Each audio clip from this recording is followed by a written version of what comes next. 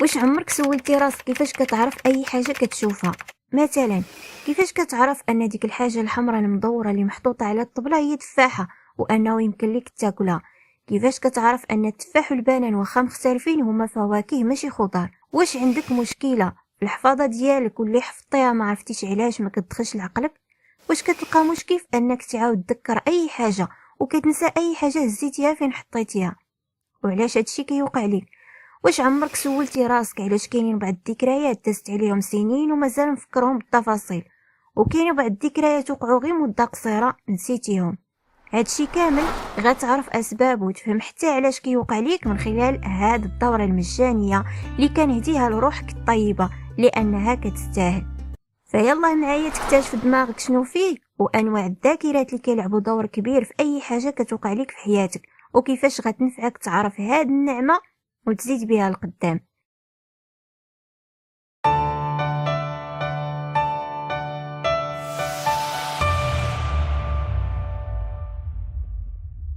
فاول حاجه غنبداو بها هي هاد السؤال: شنو هي الذاكره؟ شنو كتعني هاد الكلمه؟ وشنو هي الاهميه ديالها؟ وشنو خاصني باش تكون عندي ذاكره قويه؟ فالسؤال ديال اشنا هي الذاكره، هاد السؤال والجواب ديالو اكبر مفتاح لكل العلوم. وغنطرحو عاود سؤال اخر: واش غير اللي كيقرا هو اللي كيحتاج هاد الذاكره؟ بطبيعه الحال لا. فالذاكره هي راس مال الواحد، الا فقدات القوه ديالها حياته كلها كتخربق. تخيل راسك ما عندكش او فقدتي الذاكره، كيفاش غتكون حياتك؟ اي حاجه حطيتيها غتنسى في حطيتيها، دارك وغتنسى الطريق باش ترجع ليها. ملي يسولوك الناس شكون انت اكيد غتجاوب ما عرفتش، واقصر طريق انهم غيديروا لك واحد الصوره ويكتبوا تحت منها شكون كيعرف هذا الانسان، راه مسكين ما عاقل على والو. وملي يسولوك منين انت اكيد غتجاوب ما عرفتش، انا توضرت. واي حاجه تعاملتي بها سواء فلوس سوارت وراق غتنسى فين حطيتيهم.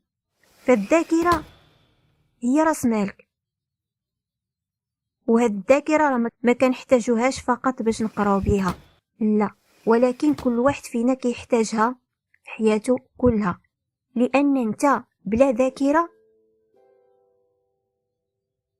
كتكون مجهول الهويه بالنسبه لك. انت الناس غادي يعرفوك شكون انت، ولكن انت ما عارفش راسك شكون انت. سميتك ما عارفهاش، الناس اللي دايرين بيك ما عارفهمش، وكل مره كتسولهم نفس السؤال نفس الهضره كتعاودها في نفس الثانيه. لذلك اجي معايا لهاد الرحله باش تكتشف دماغك، ذاكرتك، وكل حاجه متعلقه بها. فشنا هي الذاكره؟ الذاكره هي وظيفه ذهنيه ونشاط فكري، كتستقبل كتخزن وكتسترجع المعلومات وكتعاود الانتاج ديالها.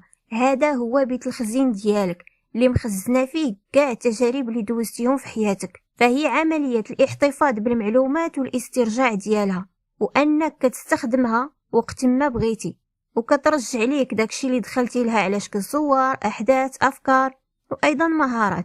فكاينه واحد النظريه اللي سميتها نظريه معالجه المعلومات اللي كتشرح لك كيفاش المعلومات كيدخلوا للدماغ، وشنا هما المكونات ديال هاد الذاكره، وكيفاش كل ذاكره كتخدم، وشنا هما الحوايج اللي كيدمروا ايضا هاد الذاكره.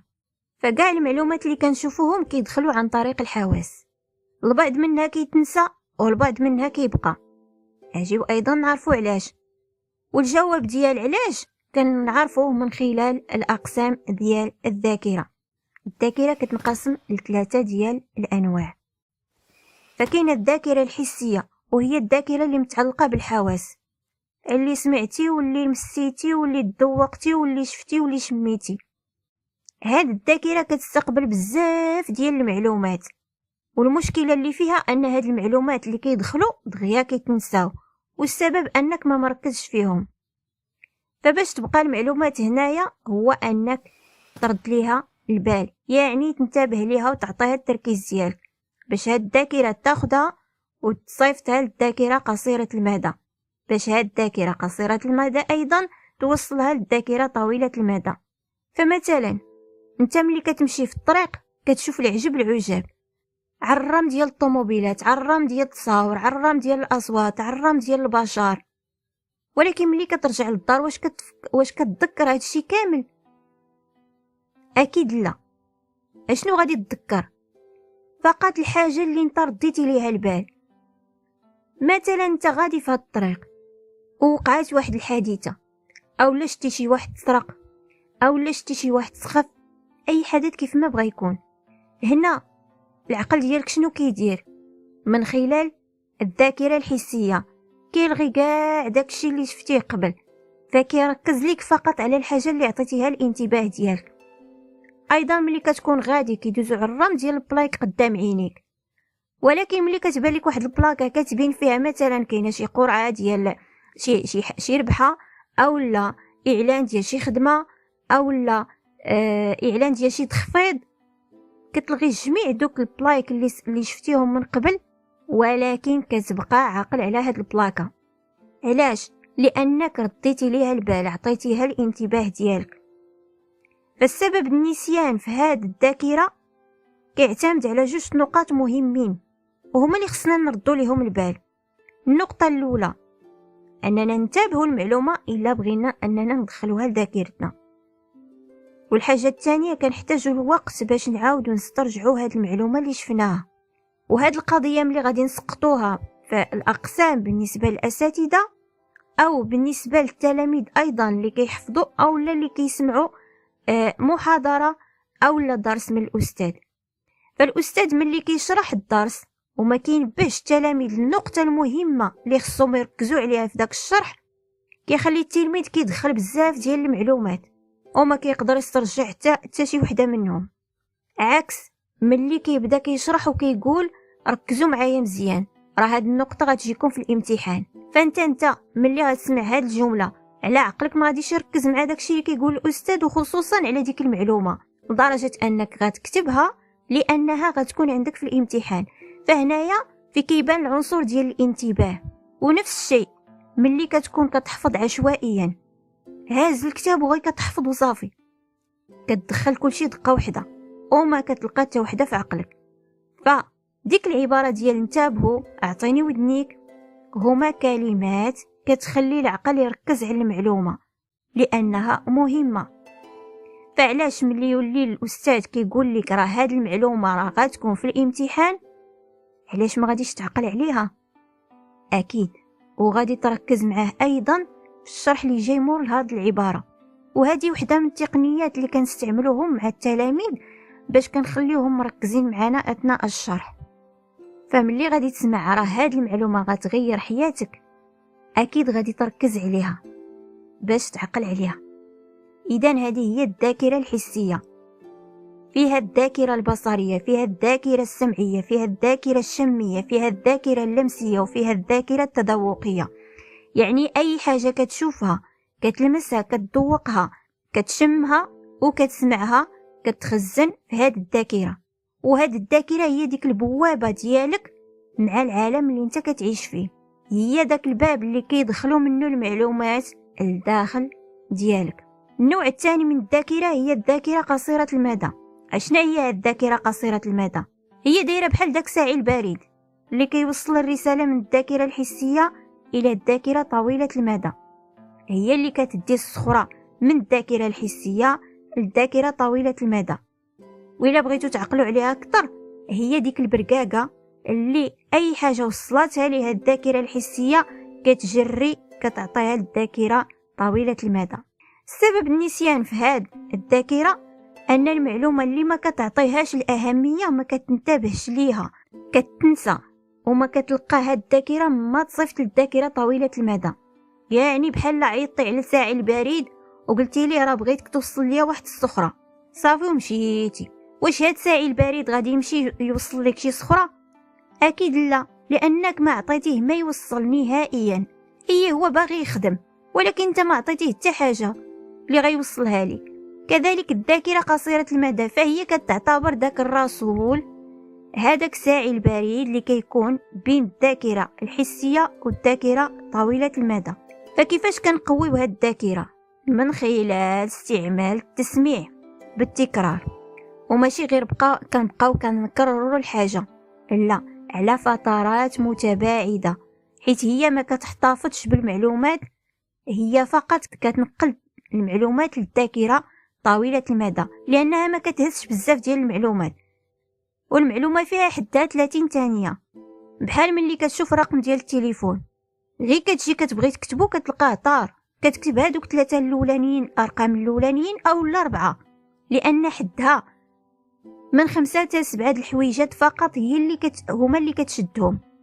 فهاد الذاكره هي اللي كترتب المعلومات وكتعالجهم قبل ما تصيفطهم باش يتخزنوا في الذاكره طويله المدى.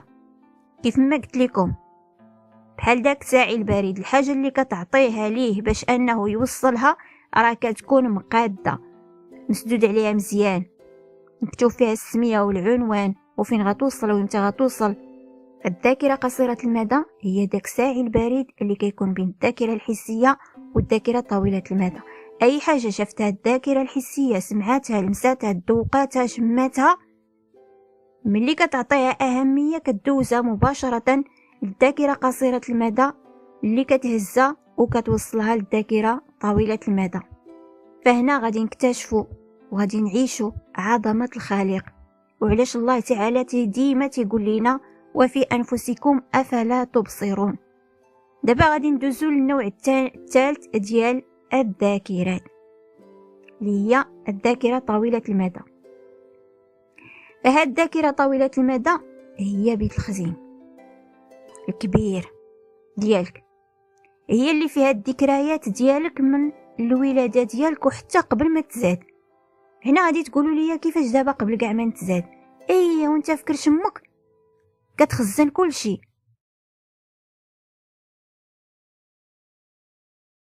لان كاينين حالات اللي كتخدم معاهم جلسات، ملي كتعمق معاه في الجلسه اللاوعي ديالو كيرجع حتى قبل الولاده ديالو وهو في كرش امو، وكيسمع داكشي اللي كان كيسمعو بين والديه، واش كانوا كيبغيوه ولا ما كانوش كيبغيوه، واش كانوا باغيين يجهضوه ولا ما باغيينش يجهضوه. مجموعه ديال الاشياء كتخزن وانت في كرش امك. فهاد الذاكره كيتخزن فيها كل شيء، حياتك كلها بعد الولاده وقبل الولاده ايضا. فالتقنيه ديال الاسترجاع بالعمر كتخليك تعرف اشنو وقع قبل ما تزاد، خصوصا عند الاشخاص اللي كتلقاهم ما كيحملوش راسهم نهائيا، فكتلقاهم ترفضوا من قبل الابوين قبل او من قبل لونتوغاج، خصوصا اذا كانت العائله كتسنى بشكل كبير انها تولد ولد. فملي كتلقى هاد العائله الخبر انها راه بنت، ما كيكونش نفس الاحساس اللي كان ملي كانوا كيتسناو يتزاد عندهم ولد. فهاد الشيء كيتخزن وكيكونوا عنده عواقب من بعد في علاقه الانسان بنفسه وايضا بالمحيط ديالو. هاد الذاكره طويله المدى كتضمن 3 ديال العمليات اساسيه، اللي هي التشفير والتخزين والاسترجاع. في التشفير كاين تشفير الصور، يعني كنفكوا داك الكود، داك الرمز ديال الحاجه باش نفهموا المعنى ديالها. كاين تشفير ديال الصور، وكاين تشفير ديال الصوت، وكاين تشفير الدلالي. الدلالي متعلق بالكلمات، يعني ترميز المعاني اللي خاصين بالكلمات. وهنا فين خاصنا نعاونوا الذاكره فك الشفره ديال داكشي اللي كيوصلها. مثال، المعلومات اللي كنشوفوهم يعني بالصور، اللي كيكونوا بالصور كيكونوا اسهل اننا نذكرهم من المعلومات اللي مكتوبين. داكشي علاش خاصنا نربطوا دائما الصور باي حاجه بغينا نعقلوا عليها. فملي كيتم تشفير الاصوات، يعني كنفكوا داك الكود ديالهم، كنعرفوا معناهم وكنربطوهم بالصور. فمثلا ملي كنديروا تشفير الاصوات كيعاون في معالجه المعلومات من خلال اننا نحطوا هادوك الكلمات اولا داكشي اللي بغينا نحفظوه اولا نعقلوا عليه في نغمه معينه اولا في قصه ونلحنوها. والتشفير ديال الصور يعني اننا نحطوا المعلومه على شكل صوره. فهنا كنعاونوا هاد الذاكره باش انها تخزن هاد المعلومات وتعطيهم لينا الوقت اللي كنحتاجوهم. فهاد الذاكره طويله المدى ما سميتها باين معناها، كيف ما قلنا هي اللي فيها ذكريات كلها قبل ما تزاد وبعد ما تزاديتي. وهاد الذاكره طويله المدى كتنقسم لجوج ديال الذاكرات اساسيين. يعني هنايا غير باش تعرف شوف شنو كاين لداخل ديال الدماغ ديالك وما عارف عليه حتى حاجه، وديما كطيح في مشاكل وكتقلب على الحلول. والحل هو اولا انك تعرف هاد الدماغ ديالك كيفاش كيخدم، ماشي تضارب مع داكشي اللي باغي تعقل عليه، اللي باغي تحفظه. فهم دماغ كيفاش كيخدم، ديك الساعه المسائل الاخرين يجيوك ساهلين. فهاد الذاكره كتنقسم لجوج الاقسام رئيسيين. كاينه الذاكره الضمنيه غير تصريحيه، وكاينه الذاكره التقريريه. فهاد الذاكره الضمنيه الغير تصريحيه هي القدره على التذكر اللاواعي لأي حاجة تعلمتيها في حياتك. أي حاجة تعلمتيها هنا في كتخزن، بحال العادات، المهارات، السلوك، استجابات المشروطة، خصوصا فيما يتعلق بالتحفيز. فهاد الذاكرة فيها ذاكرة اللي مكلفة بإدارة هاد الحويجات واللي سميتها الذاكرة الإجرائية، وهي اللي كتكون مسؤولة على المهارات المخزنة، بحال الطريقة باش كتسوق البيكالا، باش كتسوق الطوموبيل. لان اول مره بديتي فيها كتسوق البيكالا كتعرف انك خاصك اولا تشد التوازن باش تقدر تحكم فيها. هاد الطريقه ديال سياقه الدراجه كتخزن فيها الذاكره وما عمرها كتنسى لك. واخا تجلس 100 عام ما عمرك سقتي البيكالا تكون صايقها عارفها. مثلا فاش كنتي صغير عارف كيفاش كتسوق البيكالا عمرك ما تنساها. واخا تجلس 100 عام ما عمرك سقتي البيكالا، فاش غتحط بيكالا قدامك غتعرف كيفاش كتسوقها. ايضا ملي كتكون متعلم السوقان مزيان، واخا ما تكون كتسوق مده طويله سنين طويله، غير كتركب عاوتاني الطوموبيل كتسوق ما كتلقاش مشكل في السوقان لانك ديجا كتعرف تسوق. هاد القضايا مخزنين في الذاكره الاجرائيه. اي مهاره تعلمتيها في حياتك كيف ما بغات تكون كتخزن في هاد الذاكره. واخا انقطعتي على ديك المهاره فاش كترجع ليها كتمشي هاد الذاكره كتحل داك الصندوق ديال ديك المهاره اللي كنتي معلمها فكتعاود كتعطيها لك. ايضا العادات باش عايش هنا في كيتخزنوا، السلوكات باش كتعامل هنا في كيتخزنوا. اذا فهي كتكون مسؤوله على المهارات المخزنين، بحال الطريقه ديال السوقان ديال سواء الطوموبيل سواء البيكالا اللي بغات تكون، اي مهاره كيف ما بغات تكون. يعني هي مسؤوله على كيفاش كدير الحوايج. كل حاجه عندها علاقه بالقدرات، ويمكن لينا نشوفوا هذا الشكل من الذاكره عند الانسان من خلال التغيير في السلوك ديالو والاداء، استجابه المعرفه والمهارات اللي تعلمهم. ملي كتغير السلوك ديالك راه كيبان عليك، ملي كيبدل شي واحد السلوك ديالو راه كيبان عليه. فهذه هي الذاكره اللي كتكون مسؤوله على هاد الحويجات، وهي المسؤوله على كيفاش كتستعمل الحوايج اللي تعلمتيهم. غادي نمشيو للشق الثاني ديال هاد الذاكره طويله المدى واللي هي الذاكره التقريريه. هاد الذاكره التقريريه هي عكس الذاكره غير تصريحيه اللي فيها الذاكره الاجرائيه. هاد الذاكره التقريريه هي القدره على التذكر الواعي لاي حاجه وقعت لك في الماضي، وكتكون من المعلومات اللي كيحصل عليها الدماغ من البيئه الخارجيه، من المحيط اللي عايش فيه، وكيتم تخزين هذه المعلومات في النظام ديال الذاكره التقريريه. هاد الذاكره كتنقسم لنوعين، فيها الذاكره الدلاليه وفيها الذاكره العرضيه. اشنا هي الذاكره الدلاليه؟ هي الذاكره اللي خاصه بالحقائق والمعرفه العامه حول العالم، المخزنه في عقلك وكيفاش كيستعملهم والحلول ديال المشاكل واستراتيجيات ديال التعلم. يعني كل حاجه تعلمتيها في المدرسه او لا في المحيط ديالك من معارف، فدائما كنستعملوا فيها كلمات كنعرف.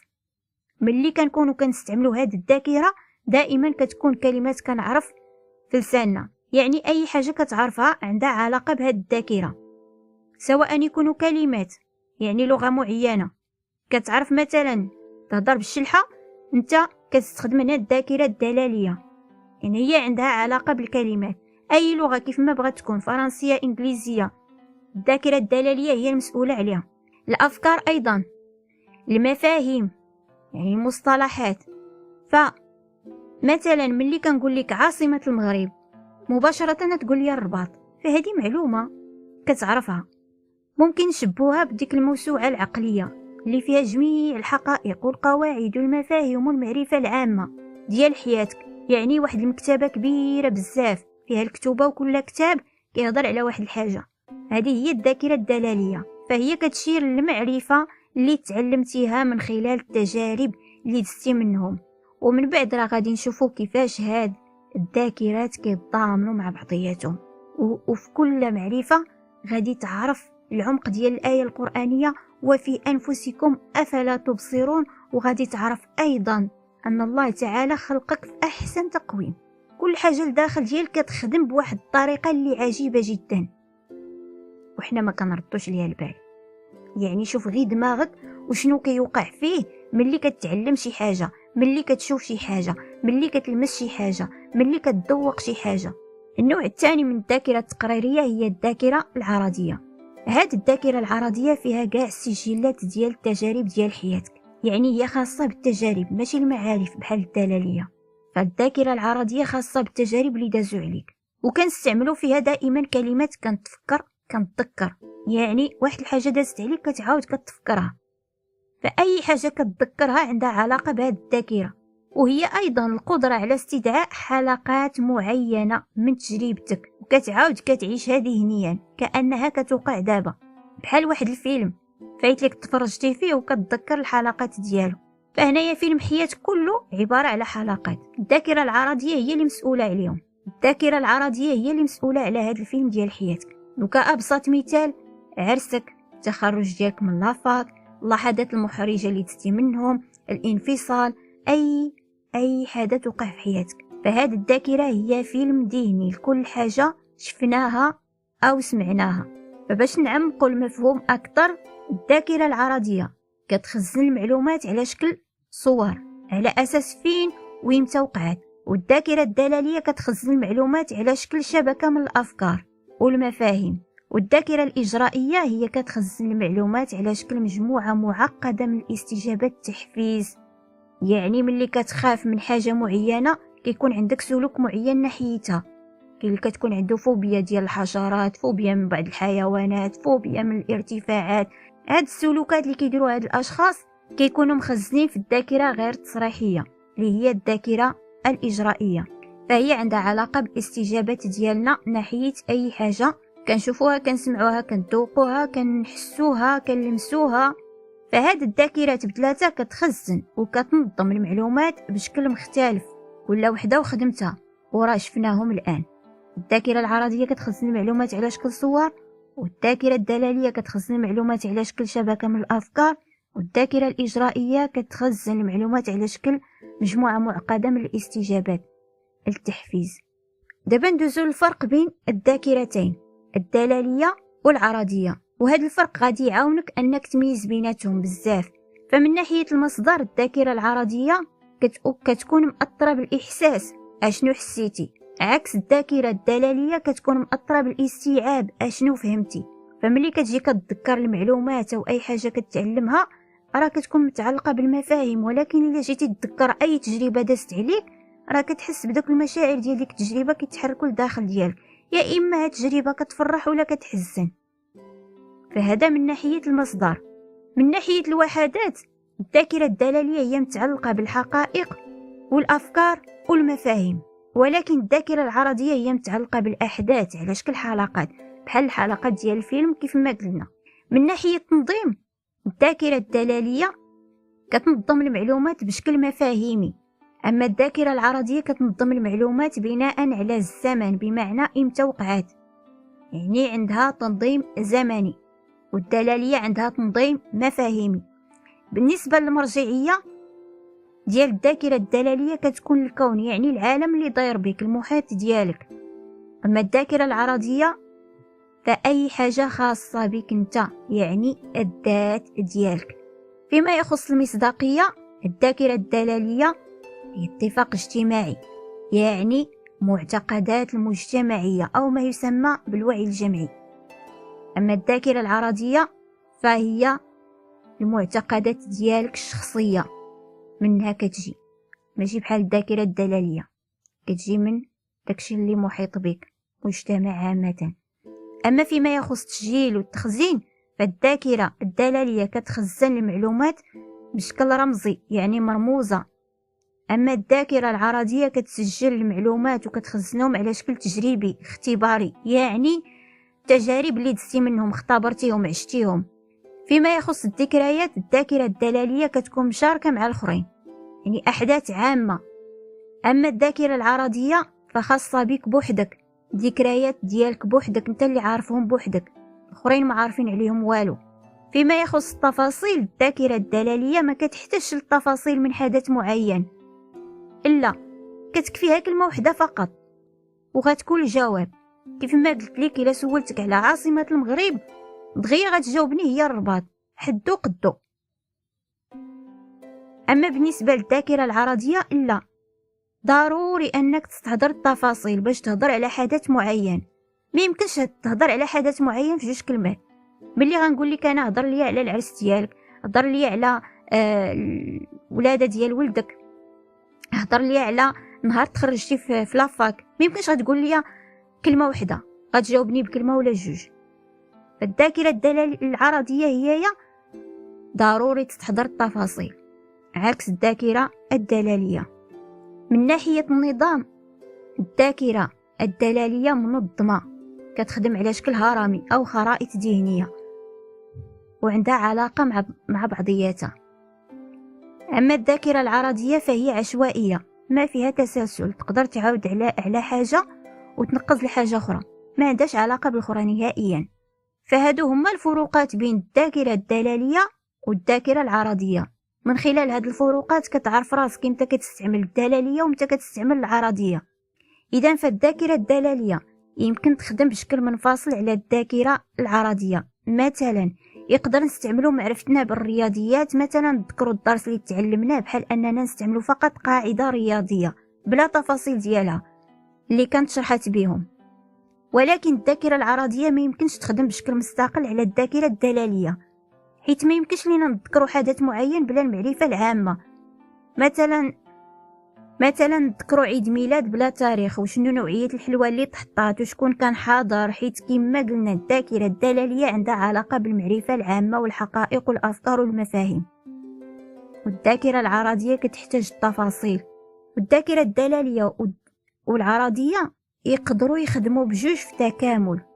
كيفاش؟ تبع معايا هذا المثال. مثلا شي واحد وقع ليه حدث في شي حفلة، الذاكرة الدلالية والعرضية غادي يكونوا واحد الذكرى لهذا الحدث من خلال عملية كتسمى الترميز والدمج. فالذاكرة العرضية كتسجل كيفاش وفين ويمتى وقع الحدث، والذاكرة الدلالية كتسجل شنو تقال والأفكار اللي عند الشخص ملي وقع هذا الحدث.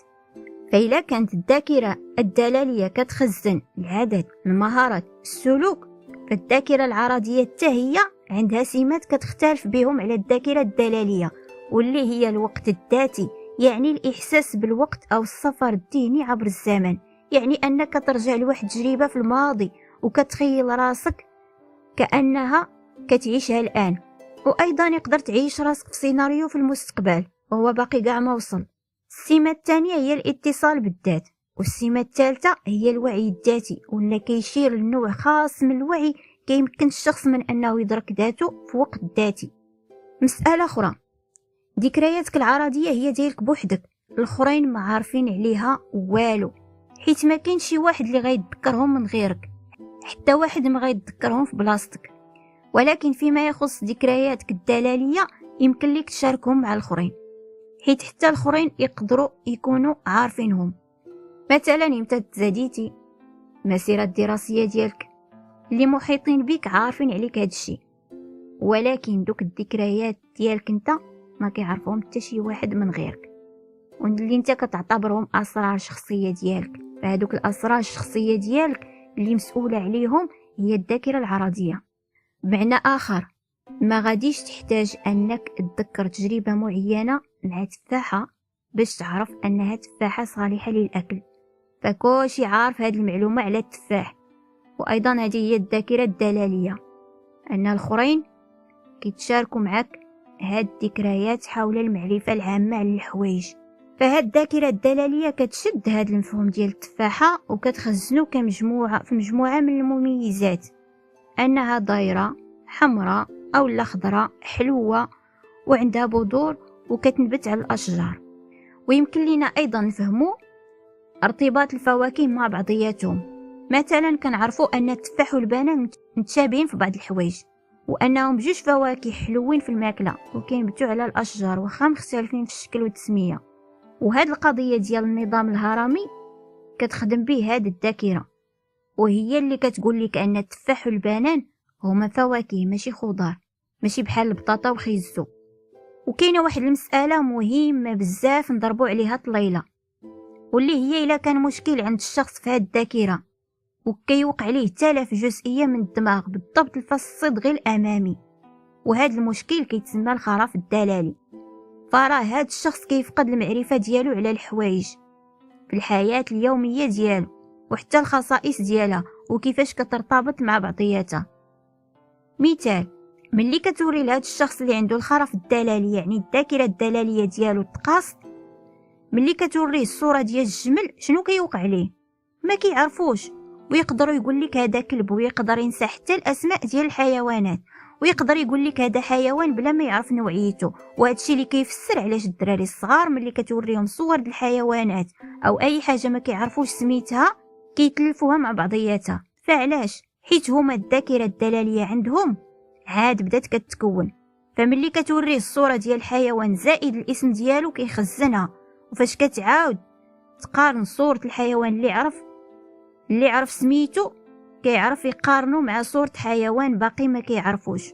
وهكذا حتى كيتجمع عنده القاموس اللغوي للمعاني والمفاهيم ديال الحوايج اللي دايرين به في المحيط ديالو.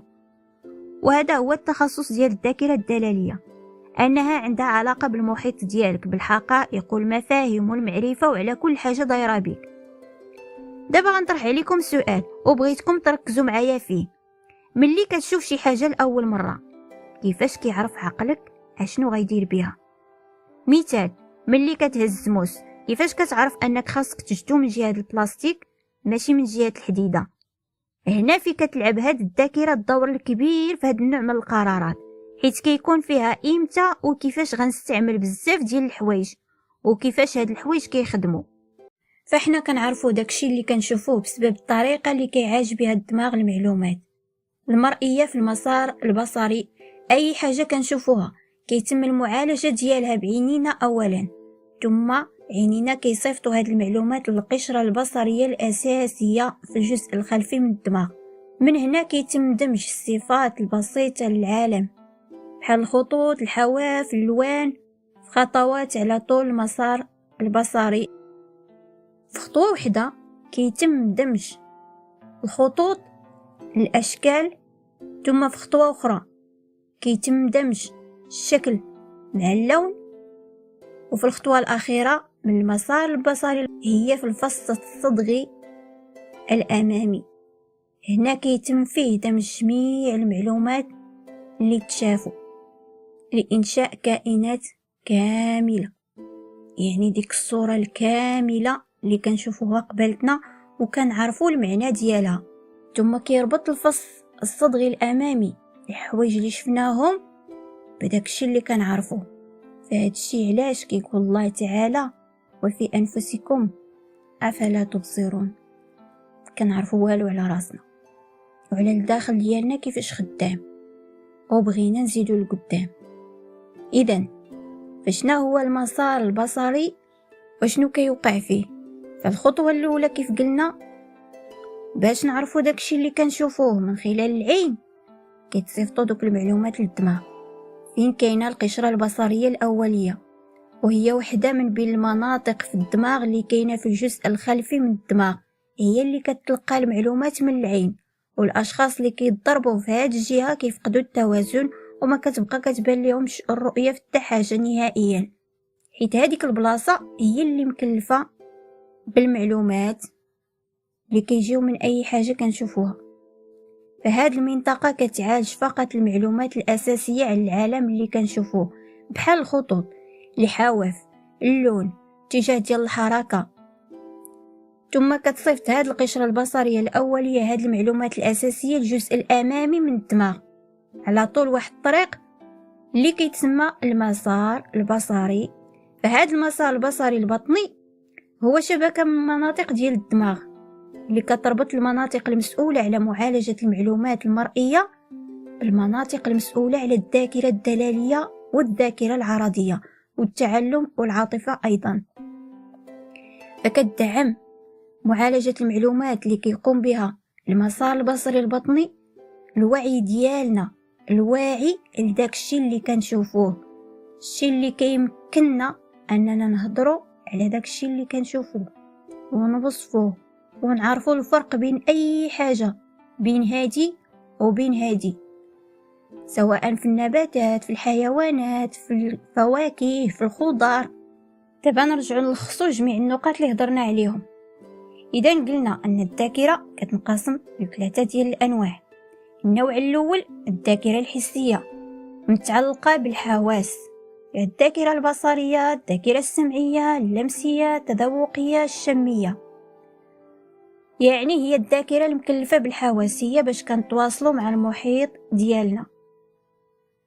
وإلا عرفنا نوظفوا هاد الذاكرة تعاملاتنا مع أي حاجة غنتعلموها، راه ماشي فقط القراية، أي حاجة غنتعلموها راه كنقصروا على راسنا الطريق وكنتعلموها بسرعة. ثم النوع الثاني هو الذاكرة قصيرة المدى. ثم النوع الثالث والذاكرة طويلة المدى. هاد الذاكرة طويلة المدى قلنا كتنقسم لجوج، هي الذاكرة الضمنية غير التقريرية أو غير التصريحية، وكاينة الذاكرة التقريرية. هاد الذاكرة الضمنية غير التقريرية وغير التصريحية هي الذاكرة الإجرائية اللي قلنا هي اللي مكلفة بأي حاجة كنتعلموها في حياتنا تما في كتخزن. واخا كنقاطعوا على هاد الحاجة سواء كانت صنعة، أي نوع خياطة في الصالة اللي بغات تكون، سواء كان سوقان، بيكالا، طوموبيل، كار، اللي بغا يكون، ملي كنجلس مدة ما كنسوقش فاش كنعاود كنرجع كنشد هذيك الطوموبيله او الكار او البيكالا كنعاود كنعرف نسوق. علاش؟ لان فقط كنحيي هذيك الحاجه اللي كنت كنعرفها. الذاكره الاجرائيه كترجع ليا كاع داكشي اللي تعلمته. ثم قلنا ان الذاكره التقريريه كتنقسم لجوج ديال الانواع، فيها الذاكره الدلاليه وفيها الذاكره العرضيه. شفنا المعنى ديالهم، الفرق بيناتهم وكيفاش كيخدموا. فقلنا فيما يخص الذكريات في الذاكره العرضيه كتنقسم لثلاثه ديال الانواع. كاينه احداث محدده، يعني كتضمن ذكريات لحظات معينه من التاريخ الشخصي ديالك، بحال اول مره دخلتي فيه المدرسه، شي حفله حضرتيها، عرس. فهذه كلها امثله على الذكريات العرضيه، بالاضافه للتذكر ديالك الاجمالي للحدث نفسه، يعني ماشي كتذكر منه جزئيه صغيره ولا كتذكر الحدث كامل. فهذه الذاكره العرضيه كتضمن المواقع والاوقات والاحداث، يعني فين ويمتى وشنو وقع. القسم الثاني من الانواع ديال الذكريات في الذاكره العرضيه هما الحقائق الشخصيه، يعني كتعرف فيها الاسماء ديال الناس اللي ظاهرين بيك، البلايص فين خدام، شنو واقع في دوك البلايص. فهادو كلهم امثله على ذكريات عرضيه للحقائق الشخصيه اللي كتخصك انت فقط وكتعرفها انت فقط، ما كيعرفوهاش الاخرين. ثم كاينين احداث عامه، يعني كتذكر داكشي اللي كتحس به، مثلا فاش اول مره تخرجتي فيه، اول مره مثلا ترقيتي فيه، اول مره شديتي ديك النتيجه مثلا ديال السادس، مثلا ديال التاسعه، ديال الباك. فهذا مثال على هذا النوع العام من الذاكره، يعني كتذكر المشاعر ديالك على دوك الاحداث. وكاين واحد النوع اخر من الذاكره كيخص الذاكره العرضيه غادي نشوفوه من بعد، هي الذاكره الوامضه. فقلنا ان الصور مهمه في الذاكره العرضيه وكتعاون الاشارات المتعلقه بالمكان والزمان اننا نسترجعوا المعلومات من هذا النوع من الذاكره. وراه هادشي كامل الا وظفناه في قرايتنا ووظفناه في تعلماتنا راه كنقصروا على راسنا الطريق وكتكون فعاليه اي حاجه كنتعلموها. فمثال واش عمرك كنتي في الامتحان وقلتي مع راسك خاصني نعرف هذه المعلومه؟ انا قريتها في شي فقره كان في السطر الفوقاني من جهه اليسار. فهاد المساله كتعلق بالذاكره العرضيه، حيت هي اللي كتقول لك فين وامتى وشنو. هنا شنو هو المشكل مع هاد الذاكره؟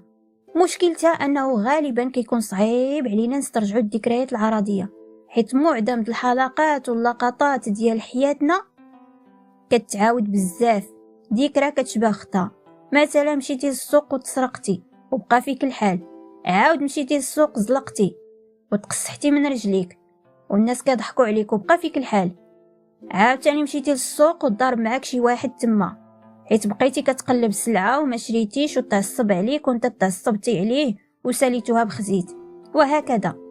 يعني مجموعه من الذكريات هنايا حلقاتها كلهم كيدوروا في السوق، وهاد الذكريات ملي كيتشابهوا كيتكرروا بزاف كتولي حلقاتها مخلطه مع بعضياتها، مع الذكريات اللي كتوقع لك من بعد اللي ما الا ما وقعت شي حاجه اللي ما كتنساش. وراه نفس المساله كتوقع في الحفاظه، ملي كيتشابهوا المعلومات كتحفظ، وملي كتبغي تسترجع داكشي اللي حفظتيه خصوصا في الامتحان العقل كيعطي معلومه من هنا ومن هنا. بغيتي المات كيمشي كيجيب لك شويه من العلوم، شويه من الفيزيك، وهادشي كاع عشناه في الابتدائي، لا مع الحروف العربيه ولا الفرنسيه.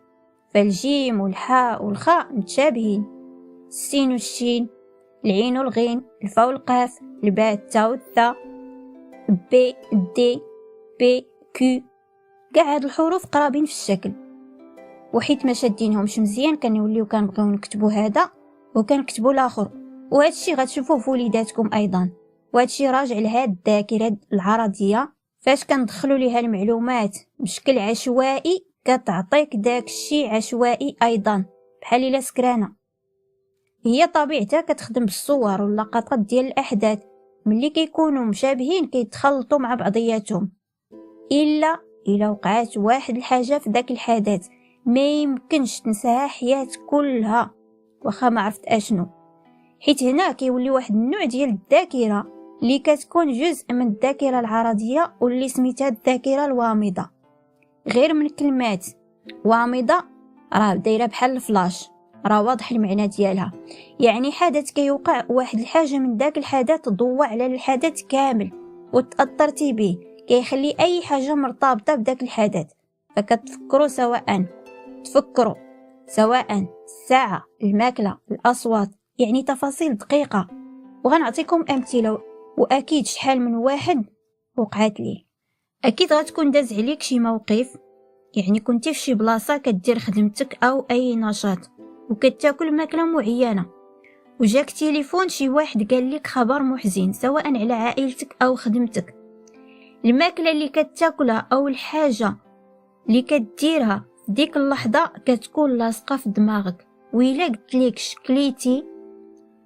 لك كنتي كدير غتعاود بالتفاصيل وبدقه حتى النوع د الماكله اللي كنتي كتاكلو في ديك اللحظه اللي تلقيتي فيها الخبر المحزن. خبر مؤثر كيتفيكسا عقلك مع التفاصيل اللي كدير في ديك اللحظه. حنا في الجلسات العلاجيه كنركزوا بزاف على هذا النوع من الذاكره، حيت الخبر المحزن يتفيكسا في دماغك عمرك ما تنساه، ديما كتكون طاقته حاضره ومأثره في حياتك. والسبب هو ان الحدث اللي ما كيتنساش في ديك اللحظه كيخلينا نوصلوا للذكريات، المكان والزمان العرضيه المتعلقه بداك الشيء اللي يمكن نساوه. شحال من واحد عنده ذكرى خايبه في لحظه من لحظات قرايته، يكون مثلا نوضو الاستاذ يقرا درس معين وما عرفش ومرقوا الاستاذ وخلى كاع القسم يضحك عليه، وهذا الشيء مع الوقت غيخليه يفقد الثقه في راسو ويكون عنده خوف من الجمهور. ملي غتسولو راه غيعطيك السميه ديال الاستاذ والبلاصه بالضبط فين كان واقف والجمله الجارحه اللي نطق بها الاستاذ وهادوك اللي ضحكوا عليه ايضا، ويمتى كانت الحصه، وهكذا. انا مازال كنعقل على واحد الكلمات اللي فات ليا ملي وصلت نوبتي نقرا الفقره عند مول العربيه تشيكسلوفاكيا، عمرها تنسات ليا. وكانت الحصه مع الجوج، قريت الفقره بالضبط مع 33 دقيقه وليت كنقول تشيك تشيك تشيك تشيك. الاستاذ طلع ليه الدم وفاتنا عيط للتلميذ آخر، وأنا مازال كانت تشك تشك تشك، حيت الكلمة عرفت نقراها ولكن خلاني لساني حتى وصلتني النوبة وبدا كيدخل وكيخرج في الهضرة.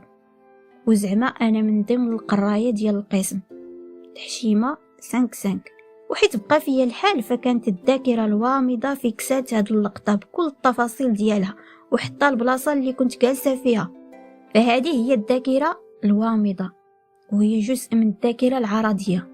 حاجة أخرى كتميز بها الذاكرة الوامضة أن الذكرى اللي كتخزنها كيكونوا عندها جذور قوية وعميقة، حيت عندها أهمية شخصية وعندها أيضا عواقب وعامرة بالمشاعر، وعندها عنصر المفاجأة حيت كتوقع على غفلة.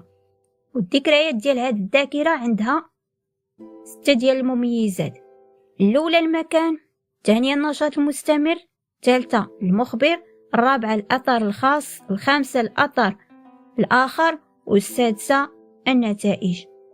نحطو هاد العناصر في حدث معين وقيس عليها الحدث اللي عندك انت. مثلا واحد كان كيتعشى عند صاحبه واتصل به خوه كيعلمو بالوفاة ديال عمته، وهاد عمته عزيزة عليه بزاف، طاح ليه التليفون من يديه بالصدمة وبكى مع صحابه. إذا في هاد الحدث المكان عند صاحبه، النشاط المستمر يعني شنو كانوا كيديروا، كانوا كيتعشاو. وهنايا راه الا سولتيه شنو هي نوعيه الماكله اللي كلا في هذيك اللحظه والتوقيت بالضبط غادي يعطي لك واخا دوز عليه 100 عام. وهادو هما الخصائص ديال الذاكره الوامضه. حتى في العلاجات كنتعاملوا مع هذا النوع من الذاكره بشكل كبير، يعني كتخليك تحدد الموقف بالضبط وكيتعطاك الشعور بالضبط والتفاصيل ديالو. العنصر الثالث المخبر، يعني شكون اللي قال ليه الخبر، خوه هو اللي اتصل به. العنصر الرابع الأثر الخاص، يعني الإحساس ديالو هو تصدم، طاح ليه التليفون وبكى. الأثر الآخر يعني تأثير الخبر على اللي معاه، بكى صحابه اللي معاه حيت بقى فيهم. فالنتائج هي غتكون هي ديك الحالة النفسية اللي غيكون فيها من بعد. دابا كيفاش هاد الذاكرة تعاونك في تحديد الذكريات ديالك باش تعرف اللي جارحك وموقف حياتك؟ بكل بساطة بنفس الطريقة اللي درنا، يعني كتشد هذاك الحدث وكتخضعوا لهذوك 6 المميزات ديال الذاكرة الوامضة، يعني المكان، النشاط المستمر، المخبر، العاطفة يعني التأثير الخاص عليك انت، مشاعر الآخرين يعني التأثير الآخر، ثم النتائج اللي كيكونوا بعد الصدمة. وأكيد غتقول لي هذا السؤال اللي غيدور في عقل شي واحد فيكم: علاش بالضبط ذكرتي ذاكرة سلبية وما ذكرتيش ذاكرة إيجابية؟ واش كتخدم هذه الذاكرة فقط في الذكريات السلبية؟ لا، كتخدم فيهم بجوج. غير الإنسان شنو كيوقع ليه في الذكريات الإيجابية كيعيشها وما كيعطيهاش ديك الأهمية، فكتخزن ولكن ماشي بالتأثير ديال الذكرى السلبية، حيت الذكرى السلبية كيهرب من داك الشعور اللي كيألم، ما كيعيشوش، ما كيحسش بيه في ديك اللحظة اللي وقع. اللاواعي كيشد هذا الحدث وكيدخلو وكيخزنوا بكاع المشاعر والمؤثرات ديال داكشي اللي وقع. وهذا الشيء علاش كتلقى بنادم كيتذكر بالتفاصيل الحوايج الخايبين اللي وقعوا ليه عكس الحوايج الزوينين. دابا ملي شفنا الانواع ديال الذاكرات والاقسام ديالهم وعرفنا كل وحده كيفاش كتخدم، دابا غادي ندوزو لواحد التمرين من خلاله غادي تعرفوا تميزوا بينات هاد الذاكرات. انت براسك كتبقى تسول راسك واش انا كنستعمل دابا الذاكره الاجرائيه ولا الذاكره الدلاليه ولا الذاكره العرضيه ولا الذاكره الوامضه. وهذا الشيء غادي يفيدك في حياتك ككل، ماشي فقط في قرايتك، ماشي فقط في اي حاجه بغيتي تتعلمها، وانما في حياتك كامله. نهار كليتي اول سلخه وما عمرها تنسات ليك واش ذاكره عرضيه ولا دلاليه ولا وامضه. ذاكره عرضيه لان تعطاك هنا الوقت، ذاكره عرضيه. الكلاب ما كيقدروش يطيروا، ذاكره دلاليه ولا عرضيه؟ ذاكره دلاليه، حيت هنا هاد المعلومه متعلقه بشنو كتعرف ماشي بشنو كتذكر. لان قلنا انه الا بغينا نفرقوا بين الذاكره الدلاليه والعرضيه كنفرقوا بيناتهم بجوج كلمات: كنتفكر وكنتذكر. فكنتذكر خاصة بالذاكرة العرضية لأن فيها ذكريات من الكلمة راه واضح المعنى. فيما يخص الذاكرة الدلالية كنتفكر يعني واحد الحاجة معلومة عامة خزنتها في الذاكرة. فالكلاب ما كيقدروش يطيروا، هذه معلومة دلالية يعني مفهوم خاص بالكلاب. فأي حاجة عندها علاقة بالمفاهيم كتخزن في الذاكرة الدلالية. آخر مرة سكتي فيها البيكالا أيضا ذاكرة عرضية، لأن هذا تذكر دائما فاش كنقولوا أول مرة آخر مرة فعنده علاقة بالذاكرة العرضية.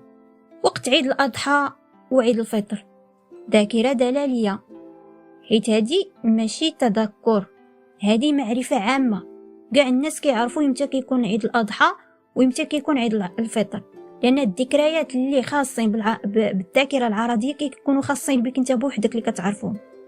خويتي الماء وزلق فيه خوك وكليتي العصا ذاكرة عرضية لأن فيها التذكر. كتعرف أن الغازون خضر ذاكرة دلالية. عاصمة المغرب هي الرباط أيضا ذاكرة دلالية لأن هادو معلومات مفاهيم. الفرق بين الجملة الفعلية والجملة الاسمية أيضا ذاكرة دلالية. كتعرف تفرق بين الألوان ذاكرة دلالية. كتذكر بالضبط الماكلة اللي كليتي فاش جاك الخبر سواء ديال الترقية ديالك أو النجاح ديالك أو حدث محزن. إذا ذاكرة وامضة. هذه الذاكرة الوامضة هي كتكون خاصة بشيء بسيط مفيكسي هذاك الوقت وخا دوز عليه سنين، صرفقك الأستاذ وضحكوا عليك التلاميذ. ذاكرة وامضة حيت غادي تذكر حتى سميت الأستاذ وغتذكر حتى الوقت ديال الحصة فاش ضربك فيها وضحك الدراري عليك، النهار الأول فاش دخلتي فيه للمدرسة. أيضا ذاكرة عرضية. إذن فهذه هي الذاكرة، واحد العنصر اللي حنا ناسيينه، واحد النعمة كبيرة اللي عطاها لنا الله تعالى واللي هي راس مالنا، وإلا خطاتنا كنكونوا مجهولين وكنطيحوا في بزاف د المشاكل، اكبر من المشاكل اللي كنطيحوا فيهم وحنا ما كنخدموهاش. وهذه الذاكره قد ما خدمتيها كتخدم معاك، قد ما هملتيها ونسيتيها كتموت. علاش؟ حيت عندها علاقه بحوايج اخرين اللي غنشوفوهم ان شاء الله الرحمن الرحيم في دوره اخرى، انها تكون سلسله من الدورات المجانيه فيما يخص الذاكره والتذكر. وفي الاخر غتوصل انه تكون عندك ذاكره قويه كتذكر بها اي حاجه شتيها قدامك. وهادشي ما خاصش بك انت فقط، انما هادشي غادي تعلمو حتى لوليداتك انهم غيقدروا انهم يكونوا ناجحين في الدراسه ديالهم وايضا في حياتهم. فالقرايه متعه واستمتاع، وملي كنقول القرايه راه ما متعلقش بالمدرسه فقط، انما بحياتك كلها، كيفاش انك تخلي حياتك وتعيشها بجودة. فاحنا تعرفنا على العنصر الاول اشنا هو الاقسام ديالو، كيفاش كيخدم، باش ملي غندخلو في دورات اخرين في تقنيات ديال الذاكره اللي غتخليك حتى انت واحد من ابطال الذاكره اللي كتشوفهم كيعقلوا على 500 كلمه في دقائق قليله بزاف، كيعقلوا على فقرات، على نصوص طوال، على الهضره كيف قالها الاستاذ، كيف سمعوا المحاضره، كيف وتقصر على راسك بزاف ديال تماره.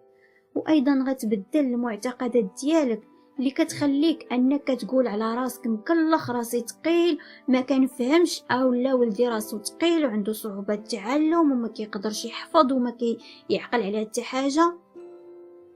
وايضا علاش ما كتقدرش تقرا اي كتاب؟ علاش ما عندكش مع المطالعه؟ كل شيء هادشي عنده علاقه بالعنصر ديال الذاكره. قد ما عرفتي الحاجه وعرفتيها كيفاش كتخدم، كتولي تتعرف كيفاش تستخدمها لصالحك ماشي ضدك. فمرحبا بكم في قرايه متعه واستمتاع.